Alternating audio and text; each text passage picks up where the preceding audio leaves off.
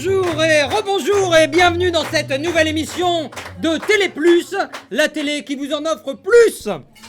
Une émission qui sera ce soir placée sous le signe de l'amour, de la Saint-Valentin, des jeux fous dans les vagues près du quai et de toutes ces choses un peu folles qu'on fait quand son cœur bat la chamade. Alors osons poser la question.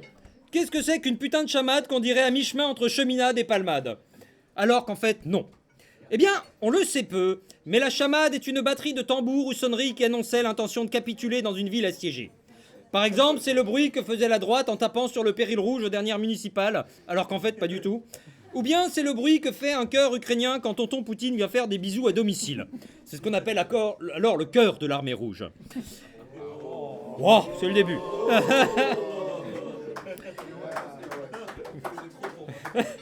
Alors, maintenant que vous en savez un peu plus sur la Jacques Chamade, parlons un peu amour et de ses divins serviteurs. Avec nous ce soir, il y aura le plus romantique d'entre nous, c'est PH.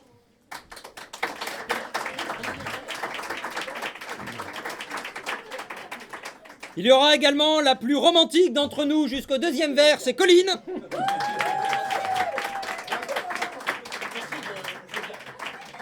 Un peu moins romantique, mais plus robuste après le troisième vers, c'est Serge.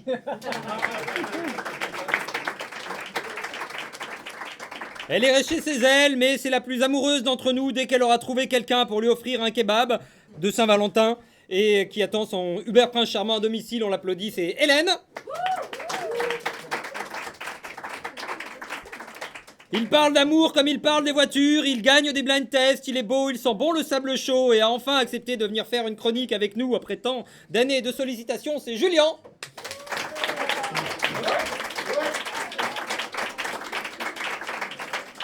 Enfin, le plus digne représentant de l'amour romantique payable en 3 fois sans frais, c'est moi-même.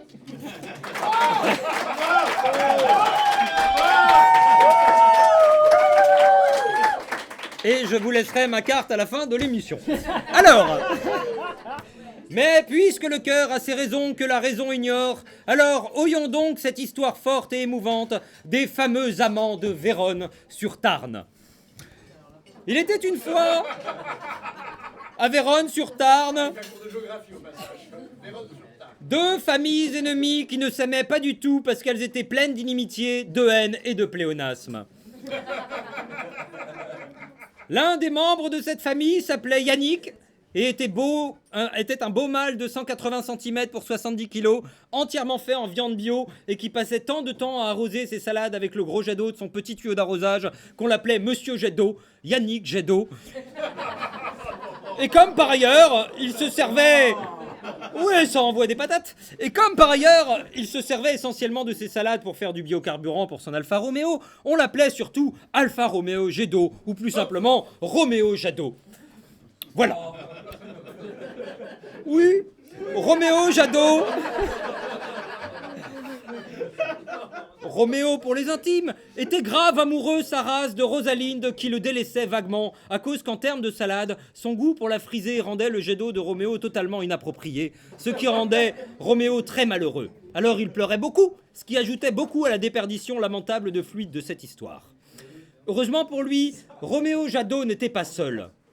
Il avait des super potes et ce soir, ils ont un plan fabuleux. S'introduire incognito chez la famille ennemie des Jadot, la célèbre famille Hidalgo, afin que Roméo guérisse de son amour malheureux pour Rosalinde, sitôt qu'il apercevra la fille des Hidalgo, qu'elle est vachement trop belle, tu vas voir, tu vas trop la kiffer, et qui a tout juste 13 ans.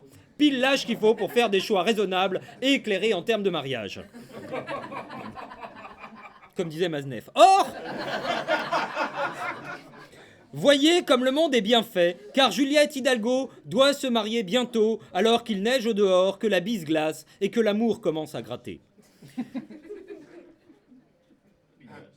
Et c'est à l'occasion de la sympathique fête organisée par ses parents qui va lui permettre de chercher un mari pédophile qui fera son bonheur pour l'éternité, car tout a l'air de durer une éternité quand on habite Vérone-sur-Tarn.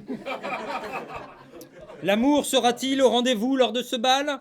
Et qui sont ces gens ? Pour y voir plus clair, Télé Plus a fait appel à son meilleur historien du dessous des cartes. PH nous éclaire.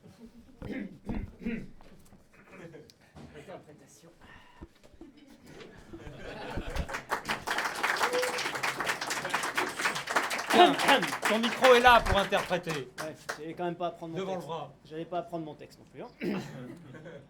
Deux anciennes maisons d'égale dignité. Dans la belle Vérone où se tient notre scène, font un nouvel éclat de leur antique hargne, et le sang civil salit les mains des citoyens. C'est beau, hein? C'est chiant. Bernard-Henri Shakespeare. Ils sont beaux, ces vers tragiques, qui introduisent en version française la plus célèbre des tragédies d'adolescents boutonneux, obsédés sexuels, drogués de gauche du monde, après la saga Twilight, bien évidemment. Oui, ce soir, nous allons vous conter l'histoire touchante de deux amants maudits que tout sépare, Roméo, mon Jadot, et Juliette Hidalgo, bref, ce que vous voulez. Deux anciennes maisons d'égale dignité. Oui, c'est vrai qu'elles sont anciennes, leurs maisons. Le parti socialiste de Juliette Hidalgo remonte à 1969. Et le parti de Roméo et Jadot est vieux d'à peine 12 ans, mais la famille est tellement mal conservée qu'il est déjà tout vert. Ces deux familles se haïssent depuis toujours. En effet, le parti socialiste entend œuvrer au progrès du peuple et au rassemblement de la gauche. Alors que Europe Écologie Les Verts, c'est exactement la même chose. C'est pour ça qu'ils ne pouvaient pas s'entendre. C'était foutu d'avance. C'est bien simple, la seule chose que ces gens de gauche-ci détestent plus que ces gens de gauche-là, c'est tous les autres gens de gauche qui œuvrent au progrès et au rassemblement de la gauche unifiée, tout ça, machin. C'est vous dire s'ils ont de quoi s'occuper à se détester les uns les autres. Deux anciennes familles d'égale dignité, dans la belle Vérone où se joue notre scène. Vérone. Idéalement placée entre Venise, Naples et Montaigu. Nantes et Montaigu. À cause des Capulets et des Montaigu, évidemment. Vérone-sur-Tarn est la capitale mondiale des amours maudites. À part toutes les autres villes où les amours sont maudites, comme toutes les villes où on a tourné les versions de West Side Story, Kiev où les amours sont maudites en ce moment si tu prends un russe et une ukrainienne, Mulhouse où les amours sont maudites si tu prends une moulousienne et Olivox, Kaboul où les amours sont maudites si tu es une femme. Deux anciennes familles dans la belle d'égale dignité, dans la belle Vérone où se joue notre scène, font un nouvel éclat de leur ancienne hargne. Un nouvel éclat de leur ancienne hargne, évidemment le poète fait référence à la primaire populaire. Formidable expérience démocratique qui consistait à demander à des gens qui n'avaient rien demandé à personne de départager des gens de gauche qui se détestent entre des gens qu'on ne connaît pas, des gens qui ne voulaient pas participer, des gens qui voulaient vraiment pas participer, et des gens qui voulaient gagner à la fin mais qu'on ne connaît pas. Ouais. Et néanmoins, une vraie nouveauté démocratique et une grande expérience, puisque c'est la première fois de l'histoire de toute l'humanité qu'on avait réussi à organiser une primaire de gauche sans Manuel Valls. L'histoire retiendra que cette primaire a été remportée brillamment par Christiane Taubira. Alors évidemment, les plus racistes vous diront qu'en matière de Shakespeare, Taubira avait plus sa place dans Othello. Les plus sexistes vous diront qu'elle avait sa place dans La Mégère apprivoisée. Et les plus racistes et sexistes vous diront qu'ils savent déjà pour qui ils vont voter et que la primaire populaire, ça les intéressait pas plus que ça.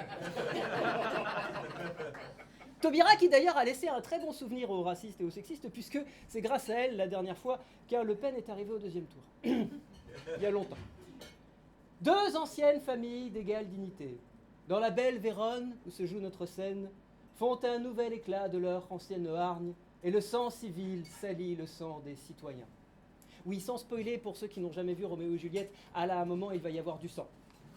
Enfin, pas sur la main des socialistes et des gens de gauche. Hein. C'est des socialistes et des gens de gauche qui se salissent les mains. Ça fait très longtemps qu'on n'a pas vu ça. Déjà qu'ils soient aux affaires. Sauf à la santé. Ils ont entendu parler d'ouvriers qui salissaient les gens, mais c'était il y a très longtemps.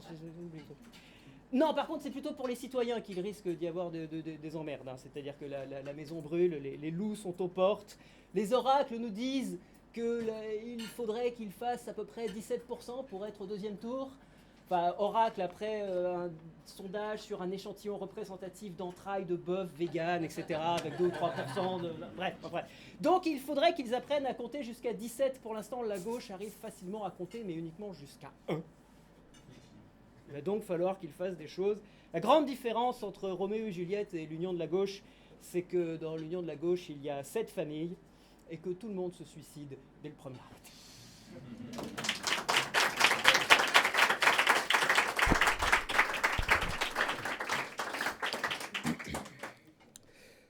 Nul n'ignore que ce qui doit arriver finit toujours par arriver. Comme on dit au bureau d'analyse subtile de Pascal Praud sur Resserre-moi la même s'il te plaît, et on n'y peut rien ma pauvre dame, le bal a donc enfin lieu. J'en étais là.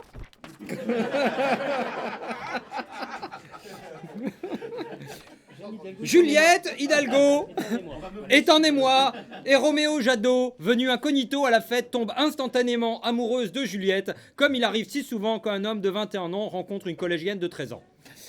Mais alors que ni l'un ni l'autre ne savent qu'ils appartiennent aux deux familles ennemies Jadot-Hidalgo, le terrible cousin de Juliette Hidalgo identifie le jeune Roméo Jadot et celui-ci doit s'enfuir avec ses super potes aux idées à la con à cause que ça craint grave. Las, le mal est fait. Juliette et Roméo sont follement épris l'un de l'autre et Juliette a beau être à peine pubère, elle n'allait pas laisser passer la chance de pécho DiCaprio avec tout ce qu'il avait gagné comme thune dans Titanic. Ni une ni deux, dans une tentative désespérée d'arrangement, l'un des représentants de la famille Hidalgo propose un tournoi à la loyale au Jadot et lui propose de jouer au jeu du mot le plus long.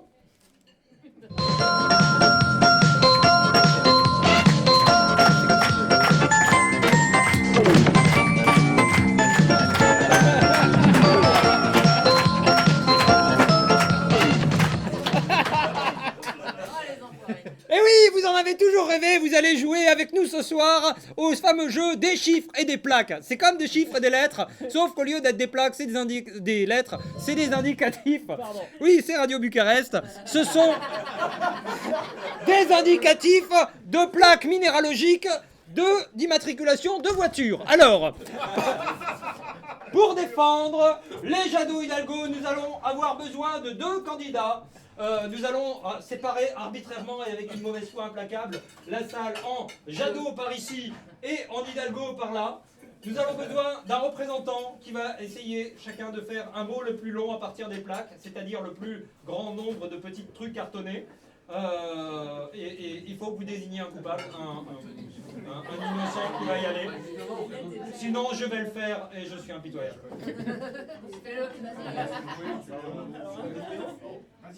Élu à l'unanimité de sa communauté, Tony.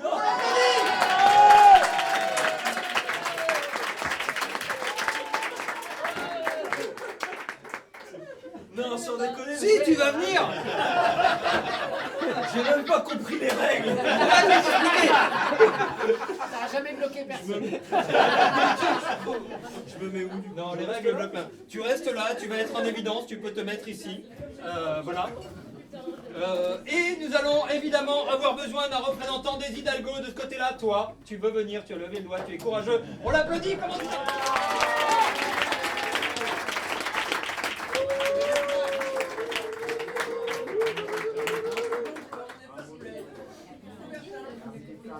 Et voilà, c'est toujours ce qui arrive quand on demande rien. Donc Tony Jadot ici. Comment t'appelles-tu? Paolo. Paolo Hidalgo ici. Ah, on a échangé du coup? Ouais, parce que comme ça correspond à ce qu'on a. Allez, vas-y. Vous allez donc devoir choisir entre 2 paquets de lettres à chaque fois, entre Europe ou reste du monde. Europe ou reste du monde? Reste du monde. Challenge. Mais tu peux choisir un truc. Hein. Un seul? Ouais. Et tu peux lire le pays correspondant. Il n'y a que 2 lettres. Il n'y a que 2 lettres, c'est normal. L'Érythrée. Ou l'Éthiopie, je crois. Ah, on va voir. Tiens, je vais tenir le pupitre. Section, tu peux tenir les candidats. Donc Europe ou reste du monde? À toi, Tony. Toi, reste du monde. Reste du monde. Reste du monde, nous avons PE qui Le reste- Pérou. Le Pérou. Pète. Yes. C'est vrai. Rien ne t'échappe. Ça ne marche pas.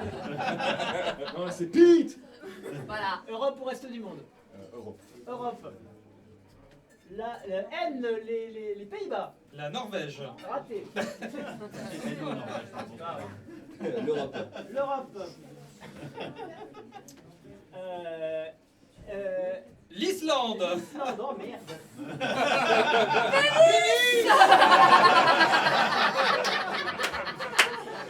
Merci les gars. Bravo, quel talent.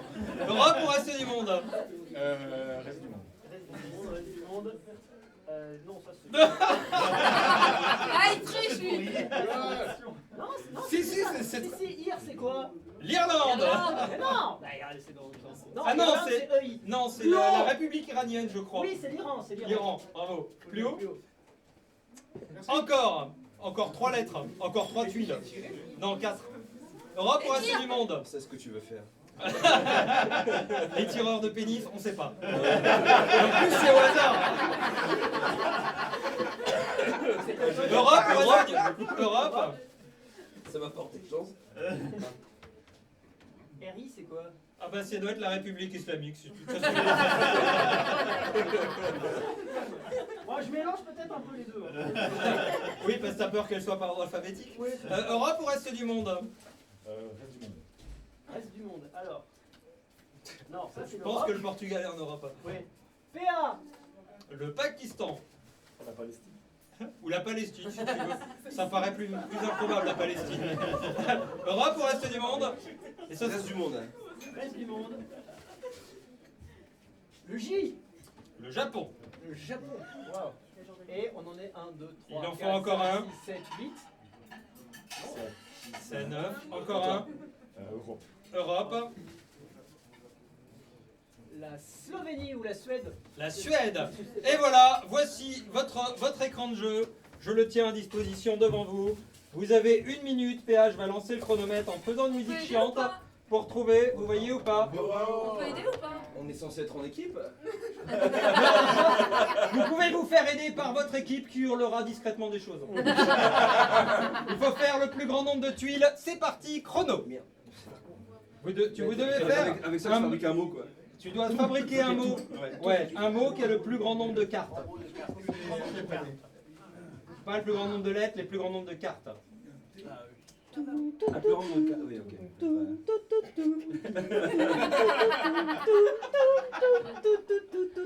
Ça passe pas. Vous avez rien de votre côté? Tira. Tu vas pas bien? Attends, est-ce que ouais.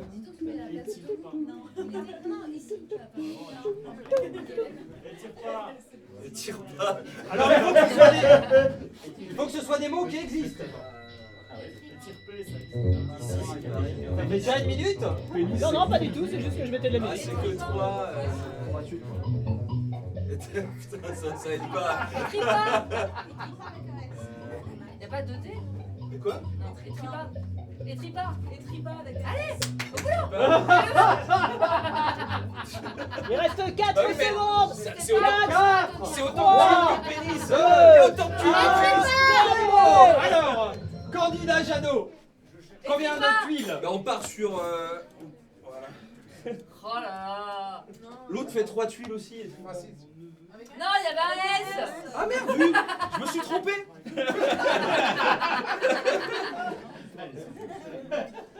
Voilà. Merci. 4 tuiles. Candidat Hidalgo.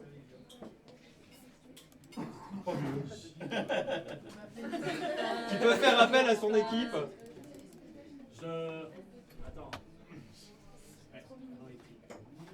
C'est tripa. Le temps est passé. On peut imaginer une C'est apostrophe. triplet. Pénis, c'est court quand même. C'est souvent le cas.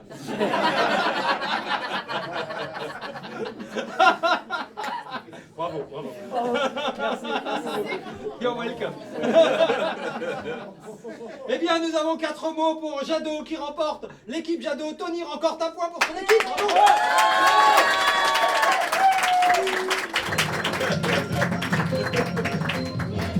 Bravo. Bon, on y retourne. Merci, merci beaucoup. Les lettres se cassent la gueule, tout fout le camp. Nous avons donc 1 point pour les Jadot et 0 pour les Hidalgo.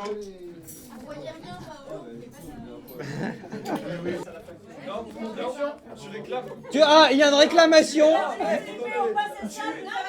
Et tripa avec un S à la fin, ça n'existe pas. Tu es tripa? Tu es tripa au passé simple Ouais, avec un S. ouais, ça marche. Bon, ok. Il va pisser déjà. Tentative de triche, on veut un poil plus. Vous l'aurez, vous l'aurez. Bien que le jeu qui consiste à comparer qui aura le plus long permette un moment de calmer les garçons, Roméo Jadot sent qu'il a le feu en lui et décide d'aller faire du harcèlement de balcon sous les appartements de Juliette Hidalgo. Mais alors que Roméo Jadot s'attend à renoncer à toute forme de dignité pour occuper une place auprès d'un groupe puissant comme un vulgaire candidat écologiste, quelle n'est pas sa surprise d'entendre Juliette Hidalgo énoncer son amour pour lui alors qu'elle se croyait seule à son balcon, genre c'est pas fait exprès, c'est tellement boulevardé qu'on se croirait au théâtre des Trois-Thés. Si au moins vous alliez voir du vrai théâtre subventionné avec des gens tout nus qui hurlent du Duras sur fond fuchsia entouré de vieux à écharpe rouge, ça n'arriverait pas à ce genre de conneries. Mais j'ai rien contre le boulevard, car j'ai toujours préféré profondément respecter ce genre de merde. Oh, joie! Roméo, entendant sa Juliette proclamer son amour malgré l'inimitié de leurs familles respectives, ne se sent plus de joie. Lui qui craignait tant que ça soit un problème et se voyait déjà devoir affronter d'autres candidats dans des primaires de l'amour, ouf, il est grave rassuré et lui déclare le sien. Mais qu'est-ce que l'amour? Faut-il le déclarer? Qui pourrait bien en parler, à part quelqu'un qui a gagné un blind test et qui sent bon le sable chaud, et qui va arriver bientôt? Où est Julien?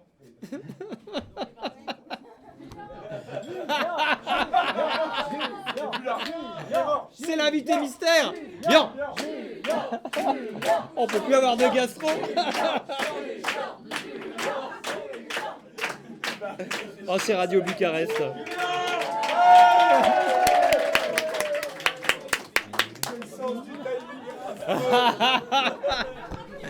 Ce sens du timing est affreux.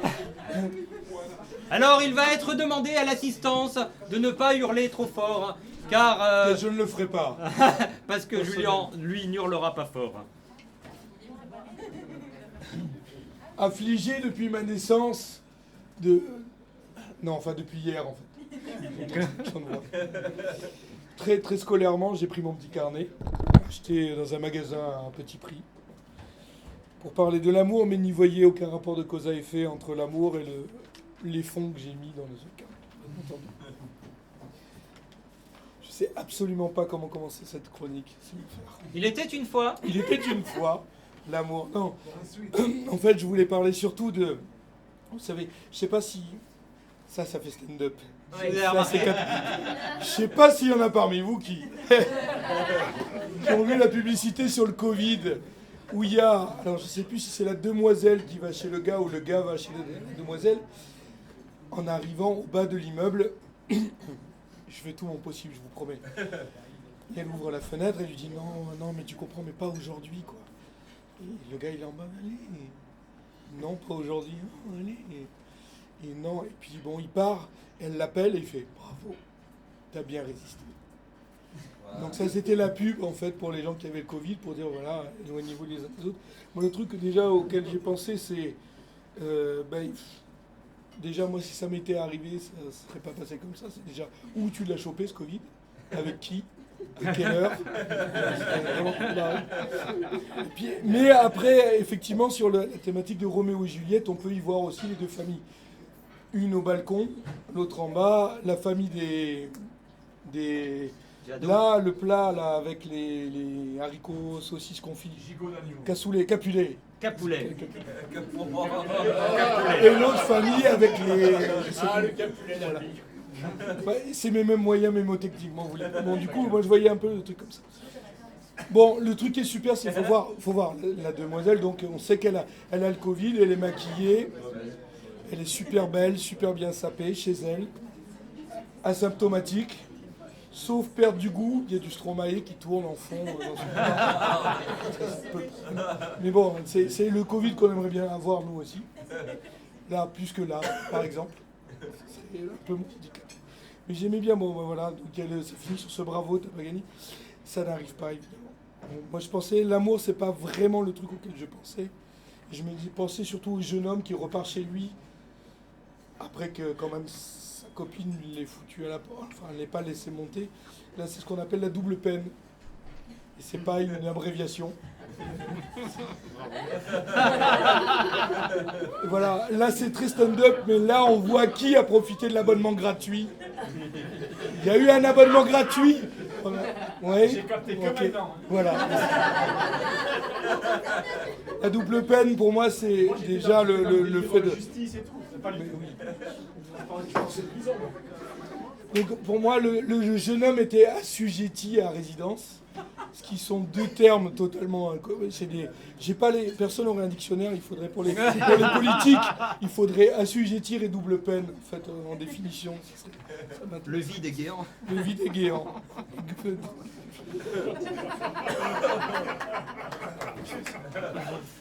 Certains ont profité vraiment de cet abonnement gratuit.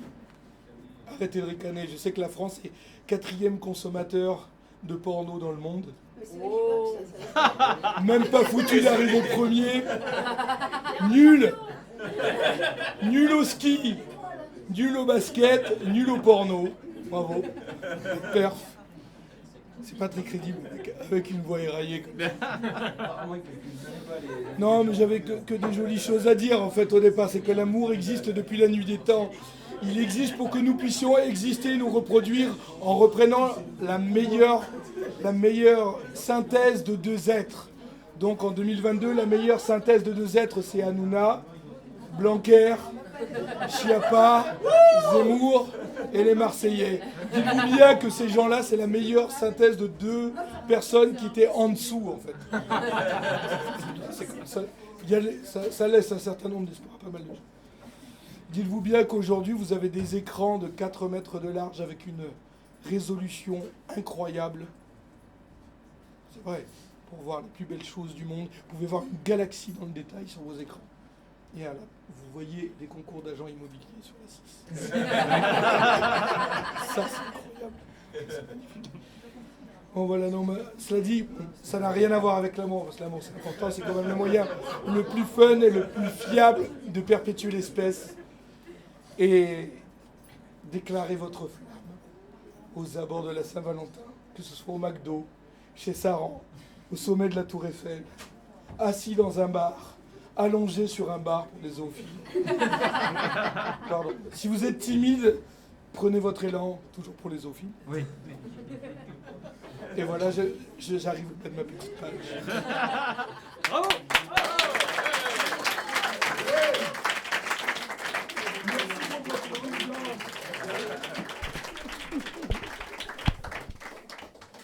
Après tant d'émotions, car oui, il y avait beaucoup d'émotions, Roméo décide d'aller voir son confesseur, le frère Hollande, afin de... Je lis correctement mon truc, moi ? Ah, pardon. Oui, après tant d'émotions, Roméo décide d'aller voir son confesseur, le frère Hollande, afin de l'informer de son amour partagé pour Juliette. Frère Hollande est d'abord surpris qu'un écologiste puisse être d'accord avec quelqu'un d'autre que lui-même, mais se dit qu'un mariage serait une bonne occasion de réconcilier les deux familles ennemies. Sitôt l'arrangement secret pris, Roméo fait passer le message à Juliette de prétexter aller à Confesse pour venir voir frère Hollande, lequel célébrera en secret leur mariage. Puis ils se marièrent, et c'est toujours là que les ennuis commencent. L'intrépide Roméo Jadot fait une bien mauvaise rencontre en la personne du cousin de Juliette, le fameux Tybalt Mélenchon, un monsieur tout teigneux qui veut rien qu'à lui chercher des noises, juste parce qu'il ne sait rien, qu'il ne sait pas qu'en fait ils sont théoriquement dans le même camp. Mais alors que Mélenchon dégaine son épée holographique pour bifler Roméo, son ami Benoît Mercutio Hamon prend la place de Roméo pour défendre son pote. Ça arrive. Roméo s'interpose fort maladroitement et dans la confusion, Benoît Mercutio Hamon s'en trouve mortellement blessé par Tybalt Mélenchon. Ivre de colère d'avoir perdu un pote à 5%, Roméo Jadot se venge et tue Tybalt Mélenchon parce que ça commence à bien faire. À chaque fois, tu nous empêches de nous aimer alors qu'on arrive très bien à se détester tous ensemble sans toi. La nouvelle arrivant aux oreilles du prince qui commence à en avoir marre de toutes ces conneries, celui-ci décide de bannir Roméo Jadot de la ville juste au moment où enfin il se passait des trucs intéressants à Vérone-sur-Tarn. Alors, osons poser la question. Qu'est-ce qui est mieux, l'amour ou la mort ? Colline nous propose un comparatif avant achat en 3 fois sans frais.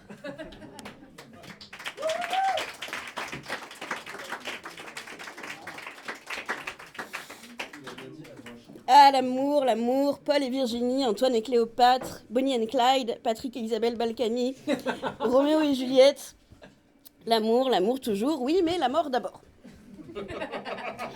Pour mettre un peu de relief dans ces platitudes, une louche de tragique sur le caramel de la passion et du suicide Paul Horide. Alors oui, gros spoil alerte, à la fin, ils meurent, tous, sauf les Balkany, mais c'est pour bientôt, nous assure leur avocat. Car oui, les histoires d'amour finissent mal. Sinon, on n'appelle plus ça des histoires d'amour, mais des raisons administratives et fiscales de convoler. Et lorsque les convoleront, on a des idées sur le chef d'escadrille, vu que le poste de chef de l'État prépare toujours à diriger. Celui de Premier ministre aussi, nous rappelle Emmanuel Valls dès qu'il peut. Enfin bref, l'amour finit dans la littérature, un peu comme les histoires de Paf le chien et Flip Flap la girafe. Et on aurait tendance à trouver ça triste.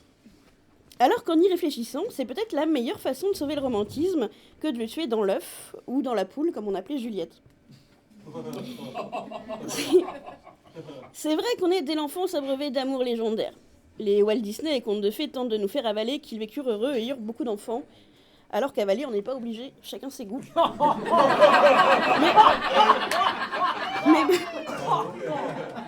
Magnifique. Mais bon, associer beaucoup d'enfants au bonheur alors qu'on a aussi lu Le Petit Pousset, faut pas pousser justement. Oui, soyons réalistes, faire des enfants, c'est compliqué. Pas particulièrement biologiquement, j'avais fait des schémas, mais ils n'ont pas voulu les mettre. Mais je donne des cours particuliers aussi. Bref, idéologiquement, avoir des enfants pose problème. Si on est de droite, parce que penser à l'avenir de sa progéniture, ça empêche de se concentrer sur le profit immédiat, inconséquent et cynique qui fait cramer la planète pour se payer un costume. Et si on est de gauche, parce qu'on risque d'avoir Marlène Schiappa. Autant de risques de se gâcher l'existence qui nous feront préférer investir chez Durex pour faire durer le plaisir de vivre. Mais même le « ils vécurent heureux » laisse dubitatif. Déjà parce que les contes eux-mêmes sont pas toujours de cet avis. En vrai, la petite sirène se suicide, et elle n'a pas tort de le faire avant d'être vraiment malheureuse, c'est-à-dire d'avoir à voter en 2022. Car oui, la mort à la fleur de l'âge, c'est-à-dire à l'âge où l'idéal et l'acné bourgeonnent pendant que la sève monte, cette mort qui fauche dès les premiers élans a un avantage certain. Elle préserve de la déchéance. C'est-à-dire de finir comme Pascal Praud, Laurent Ruquier ou Bec BD, de passer de Dany le Rouge à cette grosse conne Bendit, de maoïste à Finkielkraut, de Renault à ce qu'il en reste, bref, tout ce qui tend à prouver que la vieillesse est un naufrage, voire une vieille baderne échouée sur les possibilités de l'avenir. Alors, disons oui à leur mort. À la mort, je veux dire. On peut aussi dire oui à l'amour, mais en général, ils n'écoutent pas. L'amour fait la sourde oreille, car oui, ça rend sourd. L'amour est dans le déni du réel, alors que la mort, non. La mort, c'est le réel qui vous nie. Elle se fout des preuves de votre existence, elle est assez négationniste, la mort. Alors attention, ne dérapons pas. Parler d'amour malgré Zemmour, et ça rime, comporte des risques, et vous expose à des effets secondaires. Par exemple, moi jusqu'ici, la xénophobie, en général, ne m'avait pas convaincue. Mais depuis que je sais que Zemmour est d'origine juive et arabe, il incarne finalement le meilleur argument pour son parti. Et je dis pas que je soutiens la solution finale, je dis que c'est ceux qui en parlent le plus qui se l'appliquent le moins.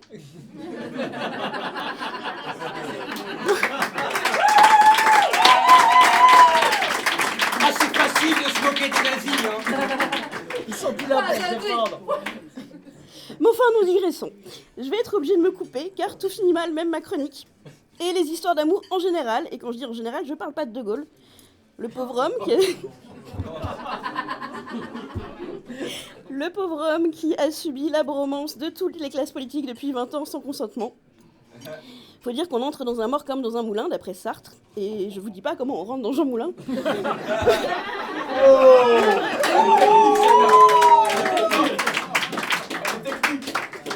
C'est beau, c'est beau, c'est beau.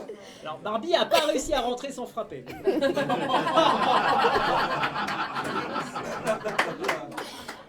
Mais bref, disais-je, quittons-nous là avant que cette chronique ne dérape.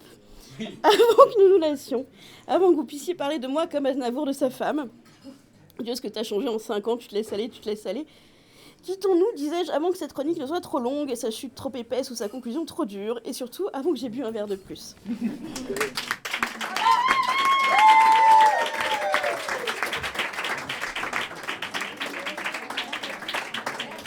Et oui, à un moment, il faut savoir couper. Et justement, nous allons faire une petite pause. Nous nous retrouvons après la pause club dans une deuxième partie endiablée. À tout à l'heure.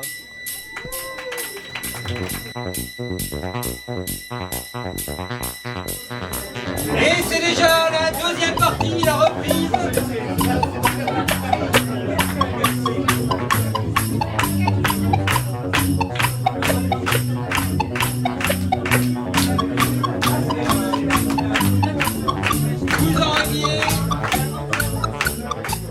Vous en rêviez, nous avons laissé Roméo et Juliette dans une attente insupportable.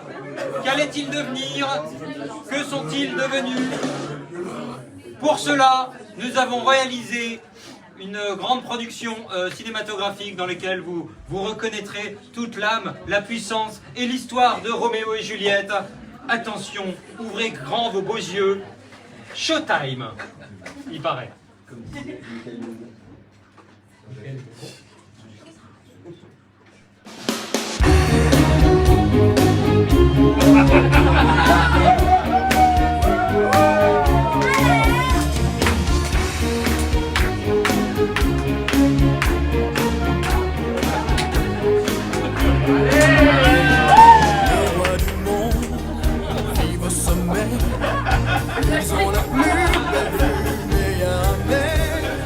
Ils ne savent pas ce qu'on pense de en bas.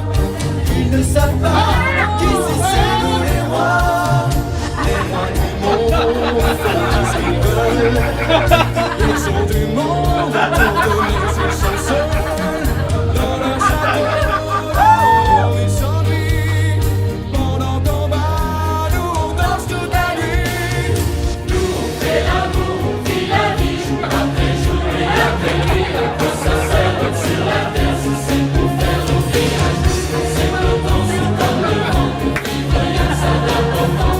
C'est pas mal, la morale. C'est rien qu'on fait pas mal. Les rois du monde, tout leur tout, c'est qu'ils confondent les chiens.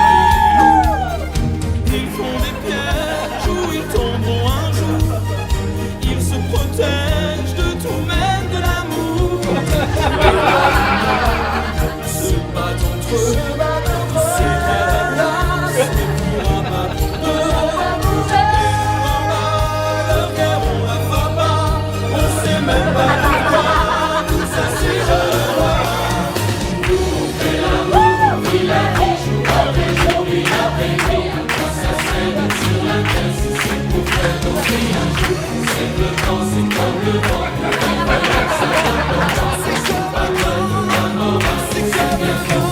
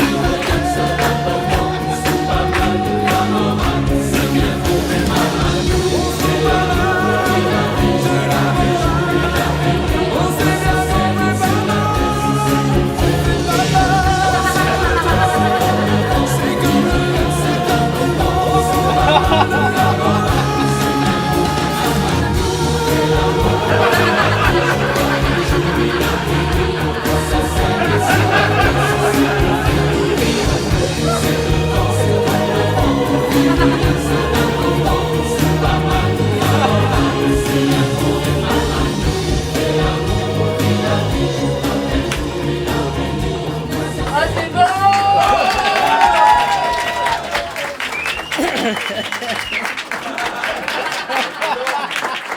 Et Anaïs.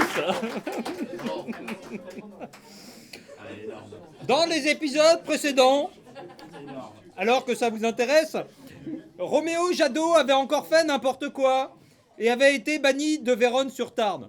Comme quoi, dès qu'on veut mettre un peu d'animation dans une petite ville, on se fait toujours emmerder par la mairie.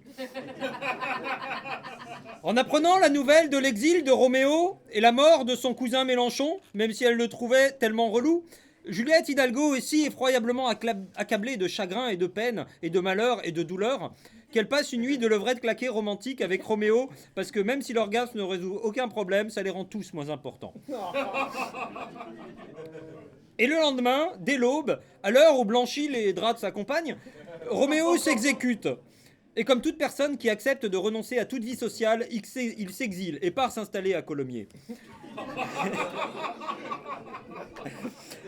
Des gens connaissent. Pendant ce temps, les parents de Juliette ont décidé de hâter l'union de leur fille avec le comte Roussel, un type que personne ne connaît, mais qui vient d'une vieille famille qui a jadis presque connu la gloire.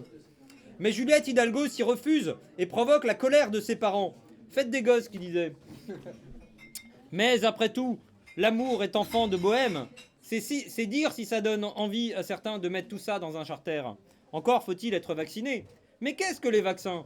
Serge, qui n'a pas fini d'écrire sa chronique, va quand même arriver. Il nous parle. Bravo !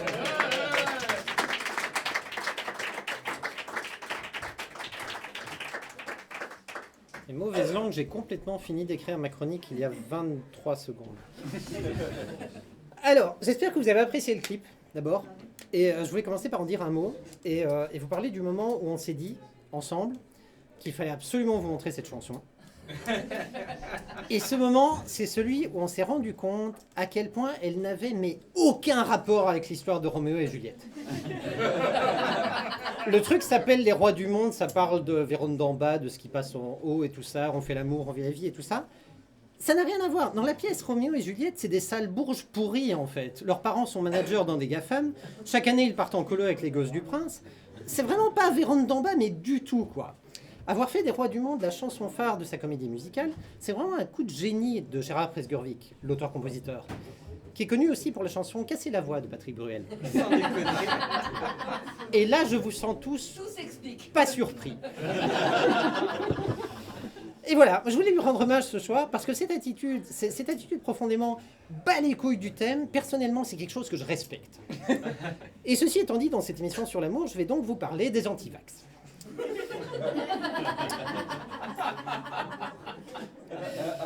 Et quand je dis anti-vax, je ne vous parle pas des gens qui ont fait les 2 doses mais qui hésitent un peu pour la 3e, ou qui disent que c'est utile pour les personnes à risque mais pas pour eux, vu qu'ils sont très sportifs, donc 72 ans et ont animé une émission de vulgarisation scientifique il y a quelques années, et que les propriétés antivirales du Botox sont bien connues, donc pour eux c'est pas nécessaire.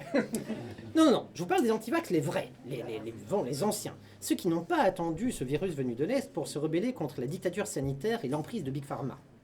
Ces gens qui sont tellement cinglés que des gars qui pensent que Bill Gates a payé tous les médecins du monde pour injecter des antennes 5G et des nanolames de rasoir dans le deltoïde de l'humanité tout entière, commencent toutes leurs phrases par « Attention, je ne suis pas du tout anti-vax. Mon carnet de vaccination est à jour, je n'ai aucun problème avec les vaccins. Non, surtout ne me confondez pas avec ces cinglés-là. Moi, je suis tout à fait rationnel, c'est juste que je ne fais pas confiance à BFM TV. J'écoute les vrais scientifiques qu'on trouve sur YouTube et qui sont censurés dans les médias mainstream. Et en utilisant mon intellect, je suis arrivé à la conclusion tout à fait raisonnable que le Covid n'est pas très dangereux, que les vaccins ne sont pas très efficaces, qu'ils ont plein d'effets secondaires, et que donc la France est en train de donner des milliards à des entreprises étrangères pour acheter un truc qui ne sert absolument à rien et l'injecter à sa population tout entière, comme font littéralement tous les autres pays du monde, et que ceci a échappé à 99% des médecins du pays, alors qu'en fait c'est tout à fait évident quand tu regardes YouTube, ou par exemple un anesthésiste anthroposophe et ses 3 potes lanceurs d'alerte. Vous voyez, un truc raisonnable. Alors moi, en lisant tout ça, en entendant tout ça, je me suis demandé, mais c'est qui les gens qui sont plus tarés que ça? La lasse. C'est qui ces tarés? C'est toujours une bonne réponse à cette question, nous sommes d'accord. C'est qui ces gens tellement tarés que même les autres tarés les traitent de tarés? Alors il se trouve, en fait, j'en connais 2-3. Comme les fidèles de l'émission le savent bien, je n'ai absolument aucune vie. Et je comble le vide existentiel de mon existence consciente dans les recoins obscurs des réseaux sociaux où j'ai eu l'honneur et l'avantage de rencontrer des antivax. Beaucoup, et depuis longtemps. Et en fait, ces gens, ce qu'ils disent en général, c'est pas qu'il y a des nanorasoirs 5G dans les vaccins contre la coqueluche, ni même que la coqueluche n'existe pas ou n'est pas dangereuse. En fait, ils disent, en grande majorité, que certains vaccins étaient peut-être utiles à un moment, mais que tous les vaccins obligatoires ne le sont plus aujourd'hui. que la poliomyélite, par exemple, tuait plein de gens à une époque, il y a 50 ans, il y a des siècles, mais plus maintenant. Et donc pourquoi est-ce qu'on les utilise encore, ces vaccins, en fait? Parce que oui, bon, enfin, ils ont des effets indésirables, personne ne le nie. Il n'y en a pas beaucoup, mais quand même il y en a. Est-ce qu'on est bien sûr que c'est toujours rentable, cette histoire? Parce que les compagnies pharmaceutiques disent que oui, mais bon, évidemment, mais c'est leur boulot de dire que oui. Alors évidemment, moi, je passe des gens comme ça et je suis curieux, donc je leur dis, mais ça a l'air peu probable, enfin tous les médecins participent à ce truc-là, et répondent que, ben, peut-être que si, en fait, les médecins font ce qu'on leur dit, surtout. Puis les effets secondaires tuent pas grand monde, donc ça peut passer pendant pas mal d'années, en fait, si on fait pas super attention. Et puis ils expliquent qu'il y a de l'aluminium dans les vaccins, et que l'aluminium, c'est toxique. Et puis ils te montrent 12 études scientifiques qui montrent que l'aluminium, c'est effectivement toxique. Et puis ils font la même chose avec le mercure, et le formaldéhyde, le polysorbate et d'autres choses qui sont utilisées dans certains vaccins. Vous leur dites qu'ils ne sont pas médecins et qu'ils doivent louper quelque chose. Et là, ils vous disent, on n'est pas juste quelques saltimbanques à penser ça. Il y a plein de médecins qui sont d'accord avec nous. Même des médecins particulièrement brillants. Lalas. Presque. Il y en a au moins un dont vous connaissez tous le nom. Effectivement, Didier Raoult a écrit bien avant le début de l'épidémie un livre qui s'appelle « La vérité sur les vaccins », où il dit exactement ça. Le vaccin DTP, donc diphtérie, tétanos, poliomyélite, qui est un des vaccins obligatoires, les plus obligatoires, n'est plus utile en France. Il ne devrait plus être obligatoire. Et donc j'ai vu tout ça et je me suis dit, j'ai lu ça, mais en fait tout ça c'est peut-être pas débile. Alors comme j'ai dit plus haut, j'ai pas de vie. Donc à un moment, bien avant le Covid, j'ai vraiment creusé le truc jusqu'au bout et je suis arrivé à la conclusion que c'était pas débile. Enfin, comparativement pas débile. C'est pas vrai non plus. Hein. Je veux dire, j'ai quand même laissé pas faire durer le suspense plus longtemps. Mais donc c'est pas vrai non plus. On peut débattre sur l'éthique de la vaccination obligatoire, c'est pas le sujet. Mais ces vaccins sont probablement efficaces et bénéfiques et plus que leurs effets secondaires. Mais c'était vraiment pas évident en fait, c'est compliqué. Et il y a un truc vrai dans ce que disent ces anti-vax traditionnels, c'est que les preuves de l'efficacité de ces vaccins obligatoires sont à majorité indirectes et compliquées. Je pense qu'elles sont recevables, mais c'est pas un essai clinique randomisé, un truc évident, quoi. Alors petite parenthèse, comment on fait pour savoir si un vaccin marche?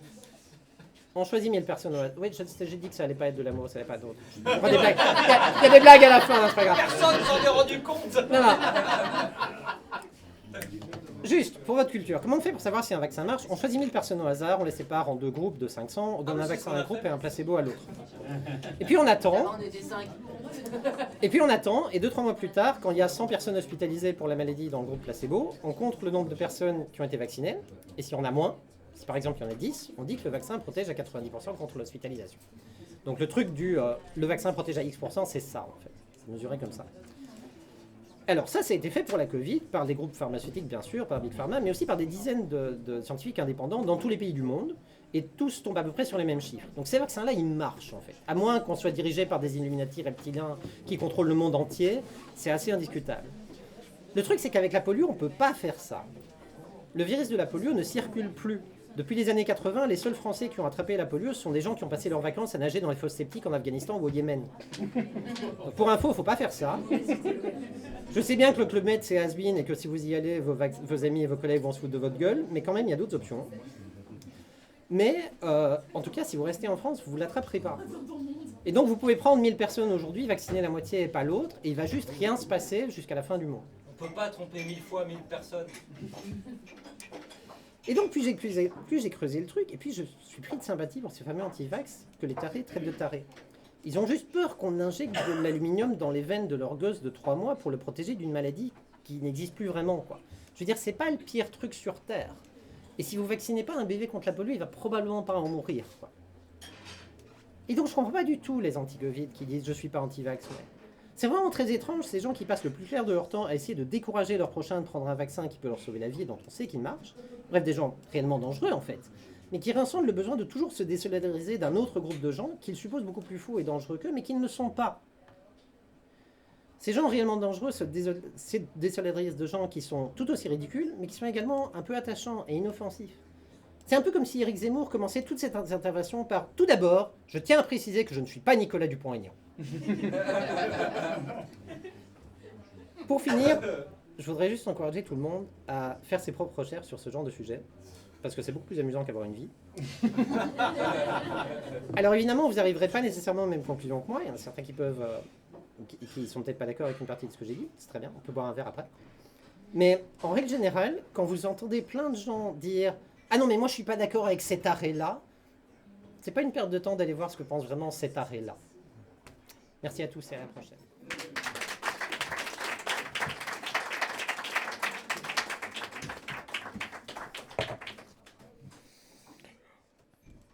Qu'il est difficile de poursuivre un conducteur écrit d'avance quand il y a une chronique, on ne savait pas ce que c'était. Nous avions laissé Juliette désespérée de devoir se décider sur son mariage forcé, souvenez-vous, c'était en 2022. Ni une ni deux, Juliette se dit qu'en termes d'amour, rien ne vaut le conseil d'un célibataire professionnel. Et elle court demander secours au frère Hollande. Frère Hollande, qui s'y connaît en coup tordu, a soudain un plan. Et pourquoi ne pas prendre une potion pour avoir l'air morte? Genre, après tous ceux qui t'aiment pleurent en t'amenant au tombeau sans s'étonner que tu respires encore et que ton corps reste chaud. Et après, tu reviens à tes esprits parce qu'en fait, t'avais pas vraiment mouru. On envoie un SMS à Roméo la veille, il te retrouve au tombeau mine que rien, et vous vous enfuyez vers un bonheur sûr. C'est pas une pure idée à la con qui marchera jamais, ça?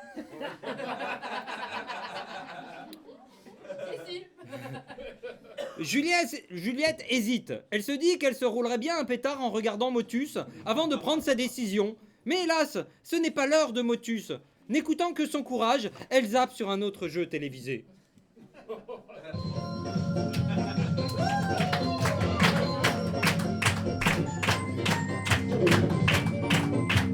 On va remettre le générique, ne vous inquiétez pas.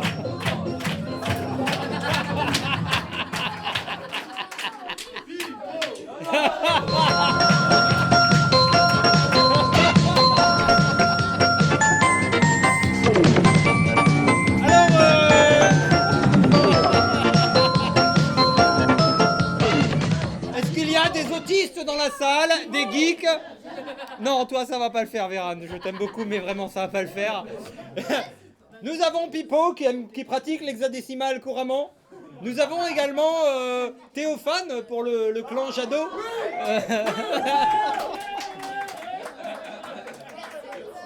Enfin un vrai battle. Donc, nous en étions au clan de 1 à 0. Le clan Jadot, le clan Hidalgo. C'est eux les Jadot? Ouais. Toi t'es Hidalgo. C'est la vie. Donc, pour ceux à qui ça peut paraître étrange, les nombres hexadécimaux sont des nombres qui sont simplement codés en base 16. C'est pourquoi, au lieu de faire 1, 2, 3, 4, 5, 6, 7, 8, 9, 10, 0, bêtement, ils font 1, 2, 3, 4, 5, 6, 7, 8, 9, A, B, C, D, E, F. Voilà, c'est juste en base 16. Donc nous allons simplement faire des chiffres et des chiffres avec des nombres simplement en base hexa, parce qu'il faut innover. Le principe est simple, on tire des chiffres, il faut obtenir un nombre, et vous allez devoir cogiter. Commençons par le nombre à trouver. 65 535. On sait pas. Si ça se trouve, c'est désigné en 32 bits. On va les voir, les 32 bits. 568. Alors, 32 bits, ça fait beaucoup. je tire. Le 11. Ça c'est ce qu'il faut trouver, ça c'est. Ouais. Et le 11 c'est écrit comment ça? En bas 16. Exact. Évidemment. 17 donc. Et non. Si, c'est 7. Z.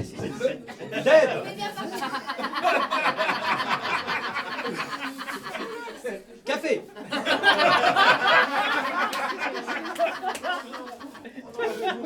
Caca.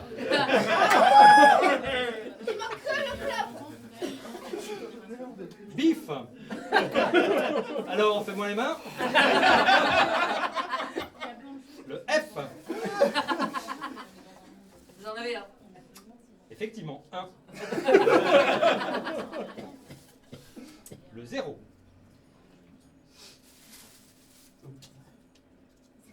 Le 10. C'est pas du tout au hasard. Attention, 1 minute de musique chiante. Je vous laisse réfléchir. C'est quoi les règles? J'ai la solution. Là. On peut faire plus, on peut faire moins, on peut diviser, on peut multiplier. Si t'as la solution, tu te tais, tu diras combien t'obtiens. Toi aussi, tu diras combien t'obtiens. 1 minute de musique à la con.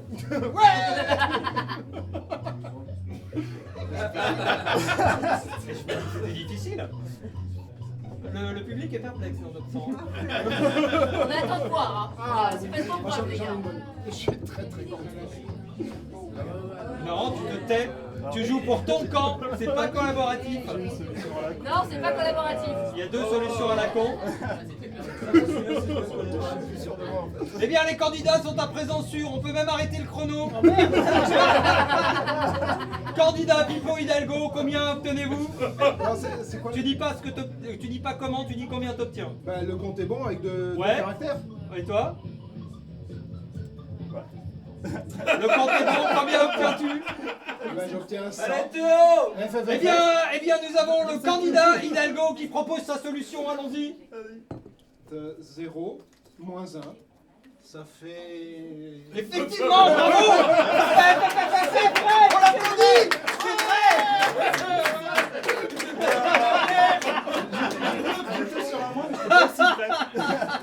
C'est Je t'en prie. Et ben voilà, je pense que tout le monde a été convaincu. On rappelle, hein, c'est tout simple, les nombres signés en 32 bits.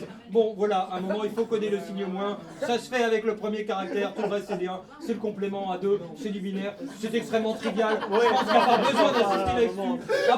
Après un énoncé conséquent sur les antivax, on parle d'hexadécimal. Nous revenons tout de suite à l'histoire de Juliette et de Roméo. Applaudissons les candidats et marquons un point. Bravo!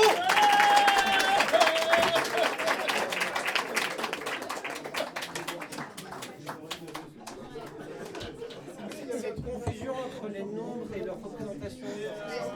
Monsieur de mauvaise foi. La solution est acquise. Et après ce petit exercice intellectuel qui lui a permis de rafraîchir ses connaissances, non, vous ne rediscutez pas la solution, le point est acquis. Je l'ai travaillé longtemps à l'avance. Revenons au cœur de la chose.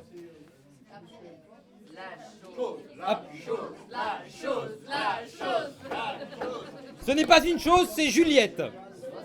Juliette a regardé un jeu télévisé. Juliette a rafraîchi ses connaissances en base 16 avec des entiers signés en 32 bits. Juliette est tellement folle d'amour et désespérée qu'elle se dit que le plan de frère Hollande va marcher, c'est clair. Et elle avale sa potion d'un trait. Sa famille découvre alors son corps inanimé et organise les obsèques pile comme dans le plan de frère Hollande. Tout ça est très tragique. Rien que d'y penser, Papa Hidalgo se pose sur son canapé avec un pack de crocs. Il allume sa télé car c'est déjà l'heure du JT.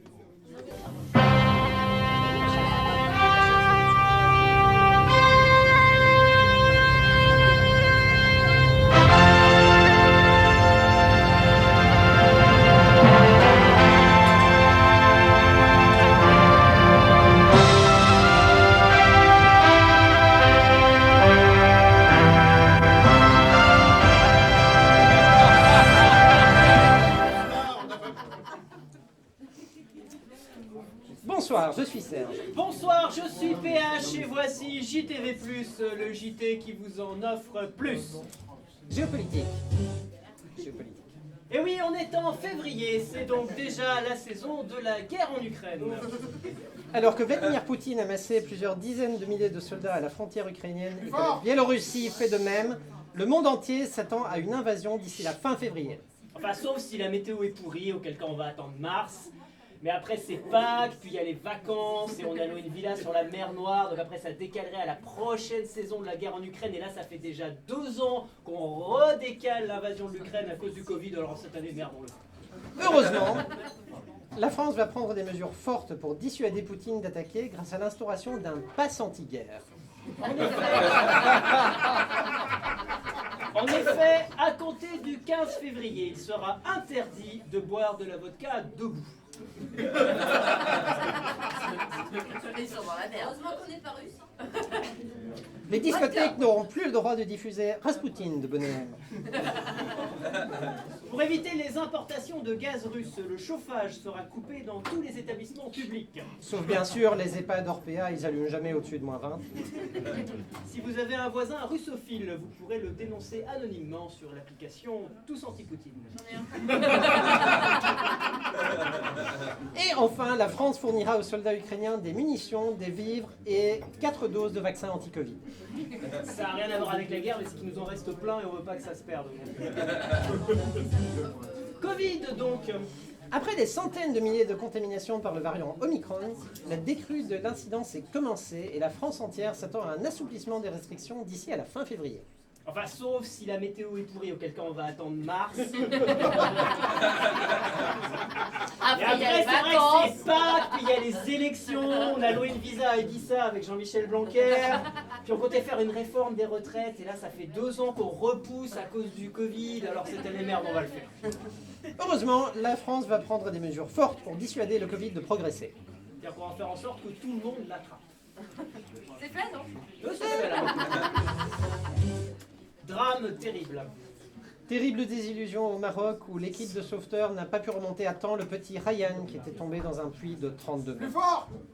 Les spéléologues vont maintenant replonger pour une mission encore plus incertaine, puisqu'ils vont tenter de ramener à la surface les sondages d'Anne Hidalgo. Sport. Ça mérite quand même.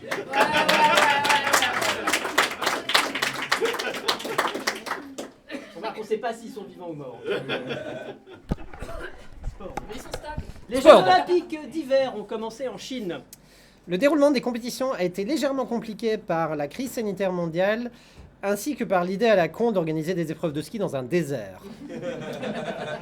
C'est donc sur de la neige artificielle que les sportifs espèrent briller dans leurs disciplines respectives, les Français en biathlon, les Norvégiens en slalom et les Chinois en lancer de Ouïghour. C'est aérodynamique un Ouïghour, arrêtez. Science. À la surprise générale, des mesures satellitaires indiquent qu'une importante quantité du méthane présent dans l'atmosphère ne proviendrait pas uniquement des ruminations de bovins, mais également de fuites sur les pipelines de gaz et de pétrole.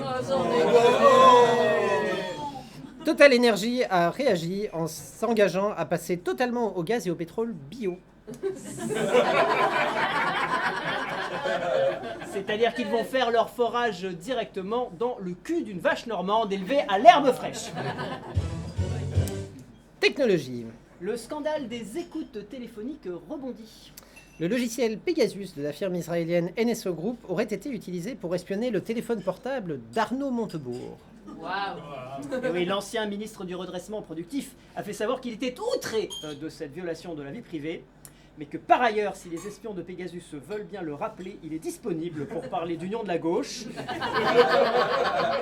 ou d'union de la droite, ou même juste du dernier épisode de Plus belle la vie, mais pitié que quelqu'un décroche, bordel. Manifestation. Au Canada, la capitale Ottawa est toujours bloquée par des centaines de camions. Les routiers protestent car ils sont obligés d'être vaccinés contre la Covid pour traverser la frontière avec les États-Unis. Le gouvernement canadien découvre stupéfait qu'il faut pas faire chier les camionneurs. Tandis que les Américains découvrent stupéfait que la capitale du Canada est Ottawa.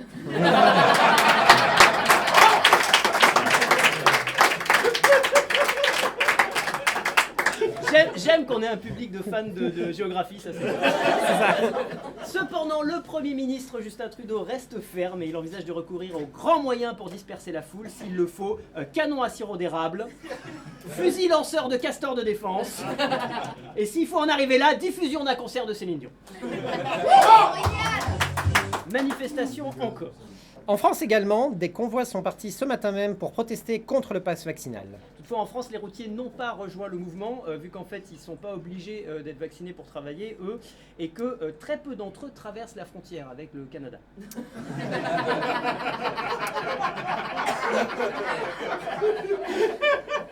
Le convoi est donc essentiellement composé de motards et d'automobilistes qui convergent vers Paris.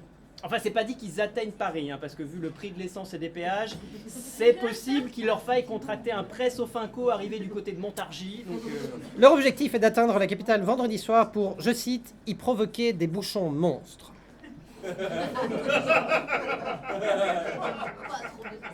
Donc leur objectif... Donc, on soit clair, leur objectif, c'est, je cite, c'est qu'il y ait des bouchons un vendredi soir à Paris. C'est ça. Et si jamais leurs revendications ne sont toujours pas prises en compte, eh bien, ils vont salir les murs, ils vont jeter des papiers par terre, et même s'il faut, ils vont tirer la gueule. Médecine maintenant. Cas de conscience dans un hôpital de Boston au Massachusetts où un patient de 31 ans devait recevoir une greffe du cœur. Alors les médecins lui ont expliqué qu'il allait devoir subir une opération de plusieurs heures. Oui, c'est classique. Une opération au cours de laquelle des chirurgiens surentraînés allaient débrancher un organe vital pour le remplacer par celui d'une personne décédée. C'est la procédure. Opération pendant laquelle sa survie allait littéralement dépendre de centaines d'heures d'entraînement d'experts et de la technologie médicale la plus pointue de l'histoire. Normal. Naturellement, le patient allait devoir prendre pour le restant de ses jours une palanquée de traitements lourds afin de chanter son système immunitaire pour éviter un rejet. La routine. Et donc, pour assurer sa survie, l'hôpital lui a demandé, entre autres, de se vacciner contre la Covid. Et là, il a dit non. Stop. Liberté. Il y en a marre. Le vaccin contre la Covid, on sait pas ce qu'il y a dedans. Il est hors de question d'alimenter Big Pharma. Et de toute façon, les médecins, c'est tous des nazis. Je l'ai vu sur Facebook Live. Alors heureusement, l'hôpital a trouvé une solution puisque son opération a finalement été effectuée par un cortège d'experts mondiaux, Didier Raoult, Donald Trump, Pascal Praud, Cyril Hanouna, Francis Lalanne et un médium de TikTok en contact direct avec les frères Bogdanov. Les obsèques seront diffusés sur Facebook Live. Fait divers.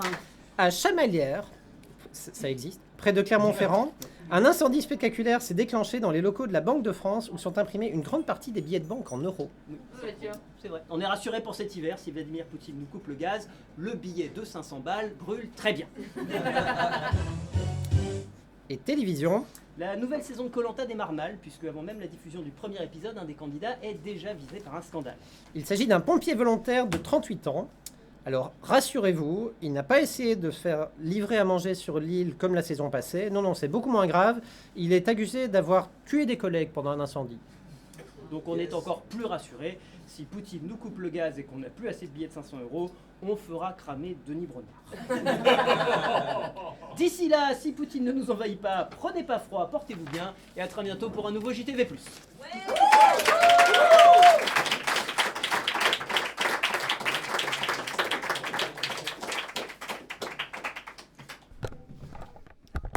Qu'est-ce qu'on parle de Roméo et Juliette ici? C'est fou. Est-ce que quelqu'un a éventuellement des choses à dire sur des ressources pétrolières, la géographie, vraiment, nous pouvons en discuter. C'est un espace de parole.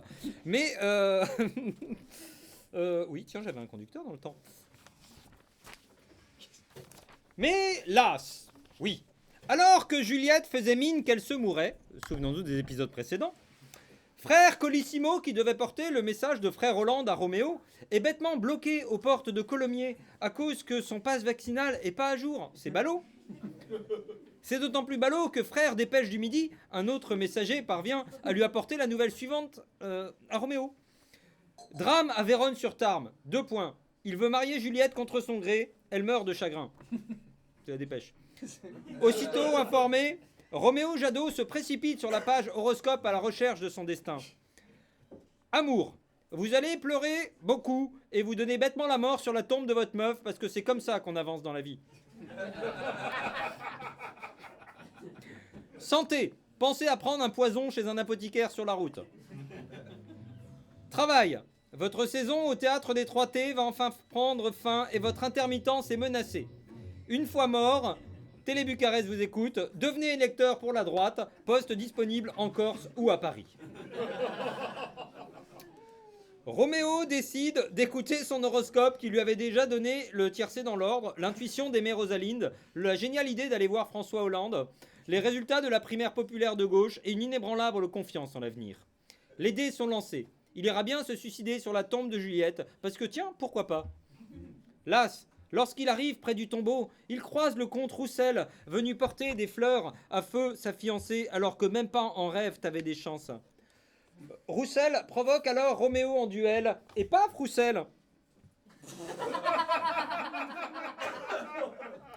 Et comme on n'était plus à un mort près dans cette histoire de pédophile romantique, Roméo fait ses adieux à Juliette en la voyant inanimée, puis avale la fiole de poisson. Et paf, Roméo!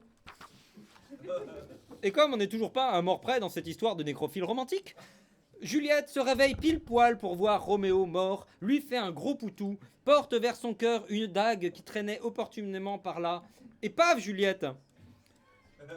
Visiblement, on est à plein de morts du côté Jadot contre plein de morts du côté Hidalgo. C'est alors que se pose la fameuse question, alors, c'est qui le plus fort, hein? Les deux familles décident alors de tenter de la jouer à la loyale en faisant un petit quiz rigolo sur les cadavres encore tièdes de leurs enfants chéris.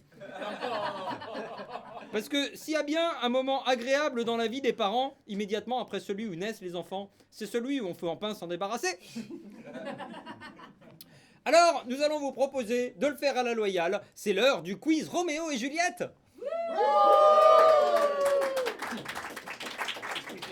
En fait, c'est un quiz Roméo et Juliette. Nous allons vous diffuser une suite d'images complètement navrantes. Il faudra dire si c'est Roméo ou Juliette. Par exemple, voyons la première image. Je vous pose la question. Est-ce que c'est Roméo ou Juliette? Roméo. Pourquoi? Bravo! Bravo Tony!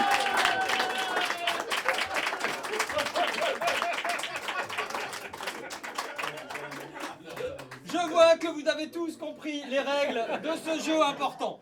Nous mettons un deuxième point à Jadot grâce à l'intervention épatante de Tony. Attention, deuxième image. Roméo ou Juliette? Juliette. Pourquoi? Juliette Bidoche. Bravo!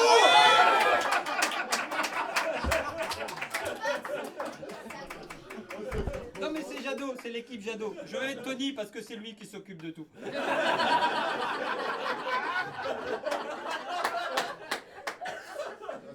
Attention, troisième image. Roméo ou Juliette? Juliette. Pourquoi? Parce que Elvis Presley. Roméo Elvis. Je raille Tony mais je mets un point à Jadot. Cause de Roméo Elvis. Image suivante. C'est qui? C'est une peinture du Gréco. Roméo ou Juliette? Juliette Gréco. Quelle rapidité du côté des Jadot! Attention, il y a un indice. Que se passe-t-il sur cette photo? Il faut comprendre. Je vous donne une information. Il s'écroule quand on souffle dessus. Qu'est-ce? Un château de cartes. Bravo! Eh oui, c'est un Jadot de cartes. Mais c'est quoi le rapport avec Roméo et Juliette? C'est un Jadot. Image suivante. Roméo ou Juliette? Juliette. Bravo. Mais comment font les Jadots? Attention. Annie Jadot. Pardon, hein? Annie Jadot. C'est presque ça. Un Hidalgo. Pipo. Exactement, c'est un Hidalgo.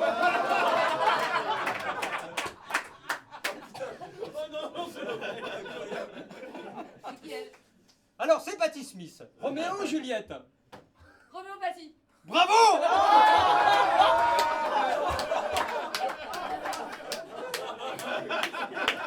Elle est nulle celle-là. Franchement, elle est nulle.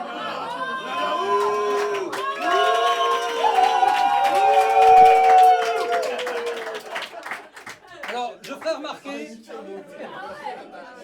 remarquer aux gens qui disent qu'elle est nulle celle-là. Je pose la question, les autres étaient mieux? Juste pour savoir. À quel moment? Alors. Oh, je l'ai pas. Roméo. Quoi ça? Parce que c'est une Ronéotype. Bravo! Oui! C'est un Ronéotype? Ça faisait des polycopiés? Attention. Exactement.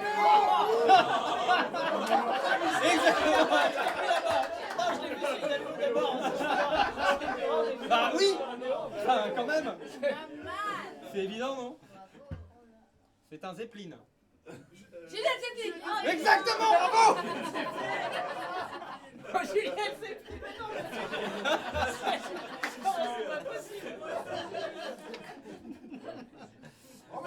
Allez, explosé.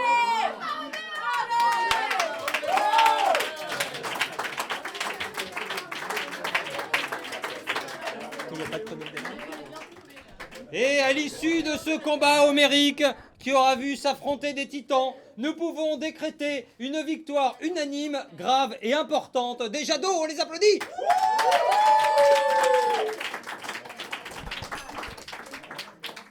La morale de cette terrible histoire, c'est qu'il vaut mieux faire plein de morts, y compris dans son propre camp, plutôt que de se réconcilier et de trouver bêtement un chemin vers la prospérité. Car ce qui compte vraiment dans la vie, c'est pas de gagner, c'est juste que l'autre ne gagne pas non plus. Et c'est dans ce bel esprit très coubertin que s'achève cette émission fantastique, oui, de Télé+. Merci à vous pour votre participation enthousiaste. Merci à Maison Blanche pour son bon accueil, pour sa confiance. Des poutous plein de Covid, de la joie et à bientôt pour Télé+.